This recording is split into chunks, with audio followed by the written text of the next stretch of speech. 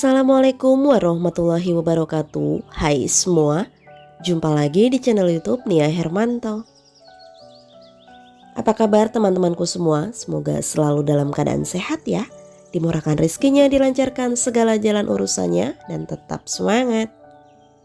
Masya Allah, Alhamdulillah senangnya masih bisa sapa teman-teman semua dan share lagi kegiatan aku. Gimana lagi pada ngapain nih?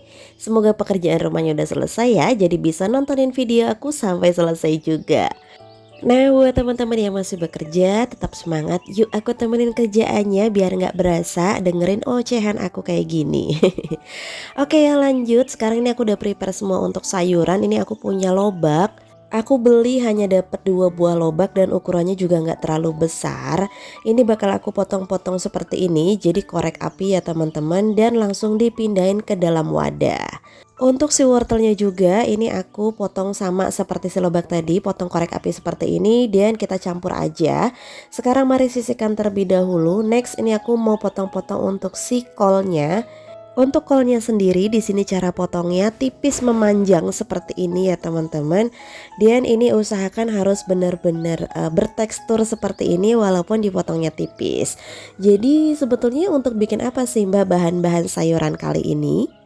Nah, jadi kali ini aku bakalan bikin salad ala Hokben. Buat teman-teman yang sering jajan di Hokben atau yang belum pernah jajan di Hokben, yuk kita sama-sama belajar bikin saladnya. Karena ini rasanya hampir persis mirip dan ini gampang banget. Oke, untuk kolnya ini wajib direndam dengan air dingin atau air es dan dikasih garam. Terus udah cukup seperti ini aja, lalu kita tutup, langsung dimasukin ke dalam kulkas. Lanjut, sekarang kita bakalan bikin untuk kuah saladnya. Di sini aku siapin 20 sendok makan gula pasir, 1,5 sendok makan garam halus, dan 10 sendok makan cuka. Di sini aku pakai cuka yang mereknya Belibis. Kalau teman-teman punya cuka apapun bebas ya, yang penting cuka. Dan ditambahin air sebanyak 500 ml air. Kita masak sampai dia benar-benar mendidih seperti ini. Kalau udah mendidih ini langsung aja kita siram ke irisan si lobak dan wortel tadi ya teman-teman. Jadi sambil kita aduk rata seperti ini sampai dia teksturnya agak setengah layu. Kalau udah hangat-hangat kuku atau udah dingin, ini kita pindahin ke dalam wadah dan langsung kita tutup juga dan kita simpan di dalam kulkas. Just info dari aku, sekedar sharing ya teman-teman, barangkali mau bikin salad seperti ini juga, kita wajib bikin 1 hari sebelum mau kita konsumsi atau sebelum kita ada acara. Jadi kayak aku acaranya di hari Jumat siang, aku bikinnya dari malam Jumat sebelum tidur aku udah bikin duluan. Oke, lanjut, ini aku udah siapin ada dada ayam, ini aku fillet sendiri ya teman-teman. Totalnya semua aku beli 3 kilo dan harga per kilonya lagi lumayan banget, 55.000 per kilonya ya teman-teman.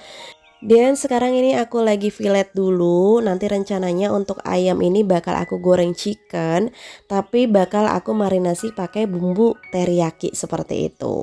Nah, jadi untuk si daging ayamnya aku potong-potong seperti ini aja, nggak terlalu kecil-kecil banget ya teman-teman. Nah, ini seperti biasa para anabul, ada si Meme, ada kakak dan juga si Black yang selalu nemenin aku di dapur. Tapi tenang aja, mereka nggak ganggu dan nggak ngerecokin aku masak. Nah, jadi cara potongnya seperti ini. Untuk dada ayam aku belah 2 dulu, terus aku belah 2 lagi dan dibelah 2 lagi. Pokoknya untuk potongannya tinggal disesuaikan dengan selera aja. Karena aku di sini masak untuk anak-anak, jadi aku menyesuaikan ya teman-teman. Dan insya Allah rencananya hari ini di perumahan aku itu bakal ngadain undangan untuk para anak yatim piatu. Jadi kayak santunan gitu ya teman-teman, lebaran anak yatim kalau di sini dibilangnya. Jadi ya udah aku mau masakin, aku mau kasih ke anak-anak yatim itu. Alhamdulillah masih dikasih rezeki ya teman-teman. Semoga kita sehat semuanya. Nah, kalau udah seperti ini sekarang mau aku marinasi dulu. Ini adalah bumbu marinasi teriyaki aku. Jadi aku siapin 9 sendok makan kecap asin dan aku juga tambahin saori saus tiram. Di sini saus tiram aku pakai sebanyak 9 sendok makan juga. Jadi perbandingan saus tiram dan kecap asin itu sama ya teman-teman. Dan biar wangi, biar harum aku kasih 2 sendok makan minyak wijen. Untuk garamnya sendiri di sini aku pakai lumayan banyak, 1,5 sendok makan dan 2 bungkus lada bubuk. Nah ini yang nggak boleh di skip yaitu jahe. Untuk jahenya aku pakai lumayan banyak, kisaran 2 ruas jempol jahe, dan ini bisa diparut atau bisa dihaluskan bebas. Kalau aku di sini aku parut aja. Untuk bawang putihnya juga sama, aku parut. Dan untuk bawang putihnya ini aku pakai sebanyak 17 siung bawang putih untuk 3 kilo dada ayam. Nah jadi seperti ini ya teman-teman. Kalau udah selesai langsung aja mau aku aduk-aduk gitu ya. Di sini aku ngaduknya langsung pakai tangan aja, dan aku udah pakai sarung tangan karena kalau nggak pakai sarung tangan tuh agak kayak apa ya, licin-licin gitu, aku kurang suka. Nah kalau udah selesai diaduk merata, ini aku mau tutup dulu pakai plastik. Berhubung aku nggak punya plastik wrap, jadi di sini aku pakai plastik seadanya, yang penting bersih ya teman-teman. Lanjut, ini kita masukin dulu ke dalam kulkas, minimal dimarinasi selama 3 jam. Minimal 3 jam ya teman-teman, lebih bagus sih 1 hari 1 malam itu lebih bagus ya. Jadi biar lebih ngeresap bumbunya. Tapi nggak apa-apa, di sini 3 jam juga udah oke. Lanjut, sekarang aku mau prepare untuk masak. Nah ini aku pakai kompor atas bawah ya teman-teman. Jadi biar cepet aja, berhubung aku masak sendirian. Jadi di sini aku mau bener-bener memanage waktu biar nggak diburu-buru juga gitu, biar kerjaan cepet selesai. Seperti biasa kalau di kompor bawah ini aku pakai kompor 1 tungku. Mohon maaf kalau kompornya sudah seperti ini, tapi ini masih bermanfaat ya teman-teman, alhamdulillah.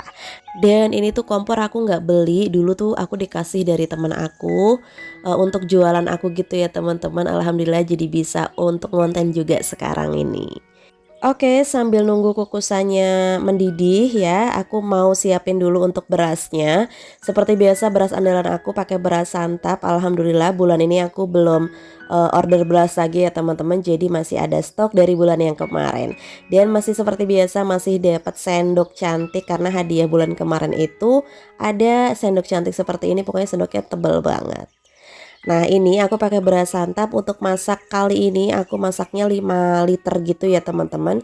Itu kan sebetulnya satu kemasan isinya 5 kilo, tapi nggak aku masak semua, aku masih sisain sedikit. Jadi ini kisaran aku masak sebanyak 5 liter beras. Dian, ini mohon maaf banget kalau aku nyucinya di kamar mandi, karena kalau nyuci di wastafel ini aku agak kesulitan ya teman-teman. Pertama baskomnya gede dan juga wastafelnya kecil, jadi agak ribet. Ini lumayan banyak juga untuk nyuci beras 5 liter, jadi lebih simpel, lebih gampang, dan nggak usah menyusahkan diri sendiri. Jadi aku nyucinya di kamar mandi. Kemarin seneng banget dapat DM-an dari teman online di Instagram. Kemarin katanya abis nyobain beras santap, dia tuh tinggalnya di daerah Temanggung gitu. Rasanya katanya enak banget berasnya. Pokoknya buat teman-teman yang penasaran kepengen nyobain beras santap atau beras cap ikan koki hoki yang biasa aku masak, teman-teman boleh cek linknya di kolom deskripsi aku. Karena aku udah cantumin, teman-teman tinggal dipilih mau check out lewat marketplace mana.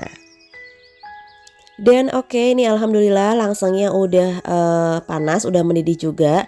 Ini aku alasin daun pisang ya teman-teman supaya nggak lengket, dan langsung aja berasnya mau aku kukus terlebih dahulu. Jadi seperti biasa untuk masak nasinya aku proses siram. Di sini aku mau kukus dulu ya teman-teman. Jangan lupa dikasih lubang-lubang seperti ini supaya berasnya nanti nggak ngeletis. Oke, sekarang ini mau aku kukus dulu. Ini kisaran setengah jam gitu ya teman-teman, sampai berasnya itu nanti sudah menempel satu dengan yang lainnya. Di kompor atas ini aku mau rebus air juga. Jadi kalau misalnya kita masak proses siram, kita harus nyala kompor dua-duanya. Satu untuk rebus air dan satu untuk ngukusi berasnya itu. Lanjut, ini aku juga sambil potong-potong untuk bawang bombay. Di sini aku pakai bawang bombay lumayan banyak, pakai 4 buah yang besar-besar ya teman-teman. Nah, jadi ini nanti bakalan aku masak untuk si saus teriyakinya. Lanjut, ini aku potong-potong yang udah selesai. Sekarang juga aku mau prepare untuk si jahe. Untuk memakai jahe di sini aku pakai kisaran 1 ruas jempol, dan ini dicincang halus seperti ini. Mau di blender juga oke, tapi kalau di sini aku cincang aja pakai pisau. Oke, lanjut, ini aku juga mau cincang untuk si bawang putih. Untuk pemakaian bawang putih di sini aku pakai lumayan banyak. Ini bisa 21 lebih ya teman-teman, dan sama aja seperti ini nyincangnya. Mau dicoper boleh, mau dihalusin juga boleh. Next, ini dia nggak boleh di skip adalah batang daun bawang. Ini aku pakai batang daun bawang kisaran 6 batang dan kita belah dua seperti ini. Kenapa harus ada batang daun bawang? Karena kita bakal ngambil kaldu dari si batang daun bawang ini. Nah, ini dia adalah bahan-bahan untuk pembuatan si saus teriyakinya. Ini mari kita sisihkan terlebih dahulu. Next, sekarang aku mau cek dulu untuk airnya udah mendidih. Dan untuk si berasnya juga udah lengket satu sama lainnya, alias ini udah siap nih untuk kita siram dengan air panas. Nah, mungkin banyak banget teman-teman yang udah paham atau belum paham nih gimana cara masak nasi dengan proses disiram seperti ini. Setahu aku sih proses masak nasi dengan cara seperti ini biasa dilakukan oleh ibu-ibu yang rewang masak di tempat-tempat hajatan gitu ya teman-teman. Karena ini prosesnya lebih cepat dan juga dia tidak mudah basi nanti nasinya ya teman-teman. Dan caranya seperti ini, kita pindahin dulu ke dalam wadah yang agak besar dan langsung disiram dengan air panas mendidih ini. Sambil kita aduk-aduk, kita ratain supaya dia airnya itu bisa nyatu sama si beras ya teman-teman. Nah, jadi seperti ini harus sambil diaduk dan harus wajib pakai air yang mendidih. Oke, kalau udah selesai, jadi kita untuk ngasih airnya itu di atas permukaan beras ya teman-teman. Lebihin sedikit supaya dia tidak ngeletis nantinya. Setelah itu kita tutup rapat dan biarkan sampai dia set airnya antara beras dengan air itu. Lanjut, sekarang aku mau bikin saus teriyaki. Aku udah panasin margarin dulu, terus ditumis untuk bawang bombay dan juga bawang putihnya. Langsung setelah ini juga dimasukin untuk batang daun bawang dan juga jahe yang udah dicincang halus. Nah, semua ini bakalan kita tumis sampai dia benar-benar harum, sampai wangi. Baru setelah itu kita masukin air. Nah, ini untuk pemakaian air aku pakai lumayan banyak, sekitar 3 liter air ya teman-teman. Aku di sini tambahin kaldu jamur 1 sendok makan, gula pasir 10 sendok makan, kecap asin sebanyak 7 sendok makan dan saori saus tiram 7 sendok makan. Plus saus cabai di sini aku pakai Del Monte sebanyak 11 sendok makan. Nah, ditambahin juga pakai lada bubuk seperti ini ya teman-teman, dan tinggal kita masak sampai dia benar-benar mendidih. Nah, untuk masaknya sendiri di sini supaya bisa teksturnya kental, aku tambahin cairan tepung maizena dari 3 sendok makan, dicampurin air sedikit aja. Lalu ini kita masak sampai dia agak mengental. Nah, sampai dia mendidih seperti ini, kita baru masukin untuk si lada hitam. Ini opsional, teman-teman mau pakai atau tidak boleh ya, bebas. Kalau misalnya teman-teman susah mendapatkan lada hitam, ini boleh di skip. Tapi karena aku ada stoknya, jadi aku masukin aja. Jadi ini tuh lada hitam supaya wanginya juga jauh lebih keluar ya teman-teman. Oke, saus teriyakinya udah selesai dan aku udah sisihkan terlebih dahulu. Next, sekarang aku mau lanjut untuk ngukus si berasnya. Nah, ini untuk berasnya yang tadi udah kita rendam pakai air mendidih, ini udah jadi seperti ini ya teman-teman. Nah, teksturnya seperti ini dan tinggal kita kukus aja. Untuk ngukusnya ini aku langsung sekaligus aja dalam satu langseng, dan nanti supaya nasinya nggak ngeletis dan matangnya rata, jangan lupa dilobangin seperti ini supaya uapnya itu dia merata di dalam langseng atau panci ini ya teman-teman. Ini adalah tips aku supaya nasi tidak mudah ngeletis. Oke, ini bakal aku kukus selama 1 jam dan ini random banget, mohon maaf, aku super shock. Piring aku kebakar teman-teman, kaget banget. Ya Allah, mohon maaf ya teman-teman, itu di belakang layar seperti itu.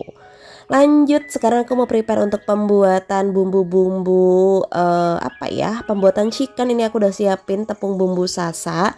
Ini aku beli 1 bungkus harganya 20 ribuan aja dan nggak dipakai semua ya teman-teman. Ini untuk bahan pencelup aku pakai hanya setengah bungkus aja. Dan ini tinggal dikasih air, diaduk rata tanpa ditambahin apa-apa lagi, alias nggak dikasih bumbu apapun ya teman-teman.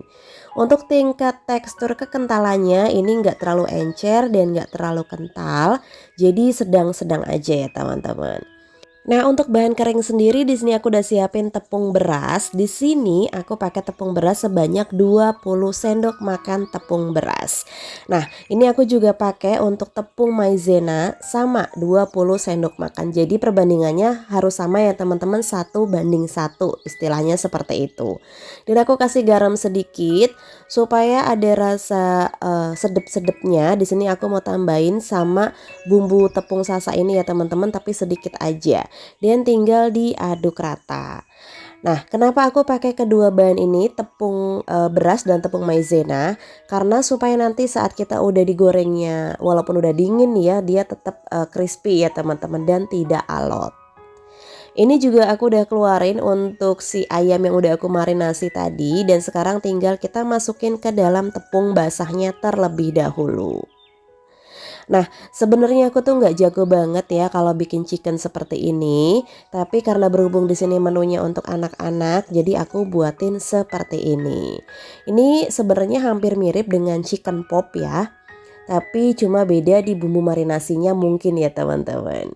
Nah, jadi seperti ini ya teman-teman, super simple banget sih sebenarnya kalau bikin chicken, tapi aku nggak begitu jago dan aku kurang suka kalau misalnya masak yang terlalu berlebihan tepung kayak gini, karena bisa bikin dapur itu agak ya kotor banget ya teman-teman kalau main tepung gini tuh. Tapi di sini aku suka banget dengan hasil chicken yang aku masak kali ini. Dan mungkin barangkali teman-teman ada yang kesehariannya jualan chicken atau yang udah hobi banget sering masak chicken, boleh dong kasih sharing-sharing ke aku gimana sih supaya bikin chicken itu yang dapat teksturnya lebih bagus dan crispy-nya lebih lama. Boleh yuk sharing, tulis di kolom komentar. Nah, untuk balurin ke si tepung keringnya juga sama aja ya teman-teman, ini sambil aku remes-remes sedikit supaya dia bisa jadi bertekstur keriting gitu ya. Untuk minyaknya ini harus super panas, jadi tadi udah aku tes dulu pakai sumpit kayu. Jadi ini udah bener-bener panas, baru kita masukin untuk si ayam yang udah kita balur tepung tadi.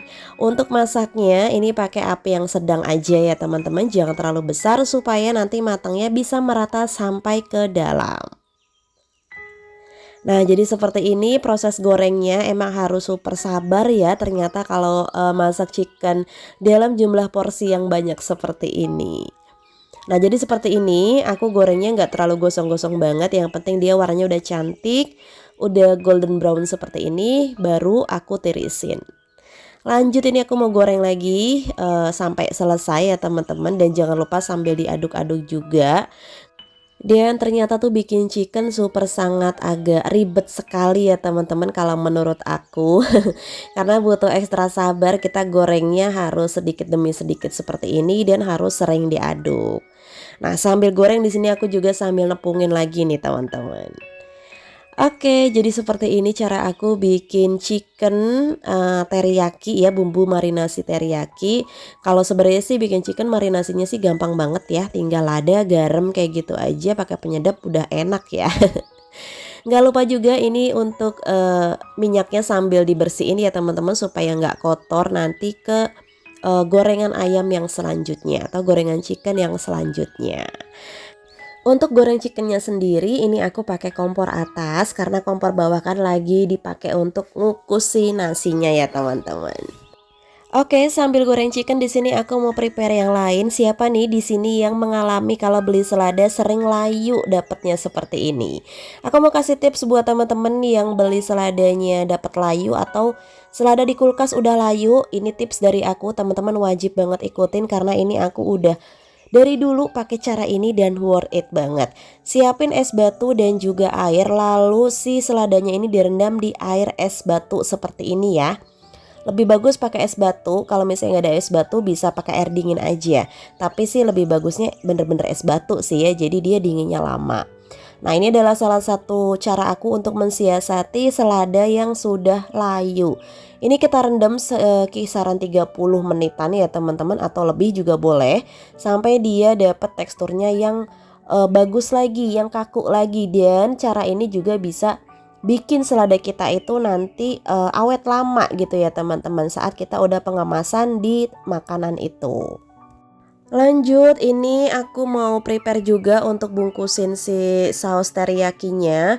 Ini aku pakai cup yang khusus sambal ini ya teman-teman. Tadinya tuh kepengen aku pakai plastik clip, tapi ternyata plastik clip aku itu kayak ada bintik-bintik jamurnya gitu. Jadi ya udah aku buang. Alhamdulillahnya aku masih punya stok ini. Jadi aku di sini pakai wadah cup seperti ini aja. Nah, untuk ngisinya sendiri ini aku pakai kisaran berapa sendok ya. Pokoknya ini sampai penuh kayak gini ya teman-teman. Dan ini ukuran cup yang paling kecil. Untuk harganya juga murah. Satu pak itu kalau nggak salah harganya cuma 5 ribuan aja. Dan isinya ada 50 pieces ya. Oke, sekarang mari kita tengok juga untuk si nasinya. Dan alhamdulillah ini nasinya udah mateng. Teksturnya pas, nggak terlalu keras dan nggak terlalu lembek juga. Oke, lanjut, ini video aku percepat ya teman-teman. Mohon maaf pas waktu aku bawa ke ruang tamu tadi nggak aku rekod karena emang baterai aku bener-bener lemah. Jadi ini tuh aku ngerekam juga sambil aku cas ya teman-teman. Alhamdulillah ini pas waktu saat packing ada temen aku yang datang jadi bisa dibantuin gitu. Ini temen aku lagi bungkusin dulu untuk si salad hokbennya tadi. Nah, sebenarnya saladnya itu aku pengen bikinin sausnya juga, saus mayonesnya juga. Tapi di sini berhubung udah ada saus teriyaki, jadi untuk si saus mayonya itu aku skip ya teman-teman. Saus saladnya aku nggak buat. Nah, jadi untuk nyetak nasinya di sini aku pakai cup yang seperti ini. Ini tuh kapasitasnya kisaran 300 ml dan ini agak ditekan-tekan supaya nanti teksturnya jauh lebih bagus. Untuk pengemasan di sini aku pakai tray hokben karena aku kepengen ala-ala hokben gitu. Jadi di sini aku natanya seperti ini ya teman-teman. Dan ini adalah hasil selada yang udah aku rendam selama 30 menit. Bisa dilihat sendiri ini udah kaku lagi dan udah seger lagi ya teman-teman. Untuk ayamnya, chicken ayamnya ini aku taruh di atas selada dan aku juga kasih tambahan buah jeruk plus itu ada saladnya udah dibungkusin pakai plastik clip ya teman-teman. Nah, jadi seperti ini ya teman-teman. Kalau misalnya kepengen dijual, ini biasanya aku jual di harga Rp15.000.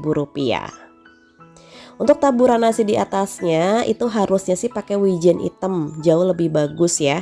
Tapi berhubung wijen hitam aku stoknya habis, di sini aku ganti pakai chia seed. Oke, jadi seperti ini hasil penampakan packing nasi ala-ala hokben aku, chicken teriyaki.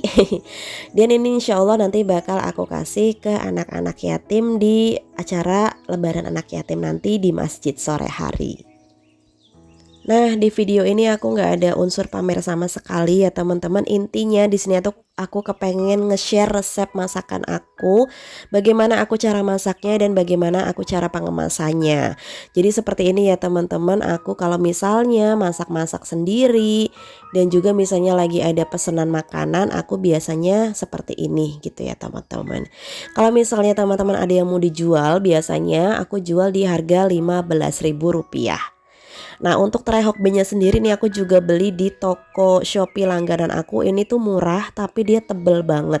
Jadi nggak mudah sobek dan nggak pletot-pletot gitulah ya teman-teman. Nah, ini udah selesai, langsung aja mau aku antar ke masjid. Terima kasih banyak buat teman-teman yang udah nontonin video aku dari awal sampai akhir. Semoga video aku bermanfaat, menginspirasi dan menghibur. Aku akhir dulu ya video aku kali ini. Wassalamualaikum warahmatullahi wabarakatuh. See you.